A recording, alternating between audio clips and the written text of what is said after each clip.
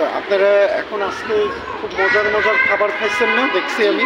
জি জি। কি কি খাইছেন বলেন তো দেখি। বিরিয়ানি, বিরিয়ানি আর ফিরনি, মাশাআল্লাহ। তাহলে হ্যাঁ, তাহলে আমরা এখন একটা সূরা বলে তারপরে চলে যাব, ঠিক আছে? সূরাটা হলো সূরা নাসর। হ্যাঁ, ইজা জা নাসরুল্লাহি ওয়াল ফাতহু, বলেন আমার সাথে। এটার অর্থ হচ্ছে যখন আল্লাহর সাহায্য আসবে। বলেন বলেন। ইজা জা নাসরুল্লাহি ওয়াল ফাতহু ওরাইতান নাসা ইয়াদখুলুনা ফি দীনিল্লাহি আফওয়াজা ফাসাব্বিহ বিহামদি রাব্বিকা।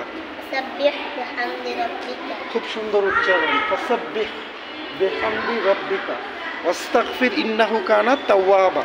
তাহলে এটার অর্থটা আমি বলে দিই, শুনেন। এটার অর্থ আমার সাথে সাথে বলেন।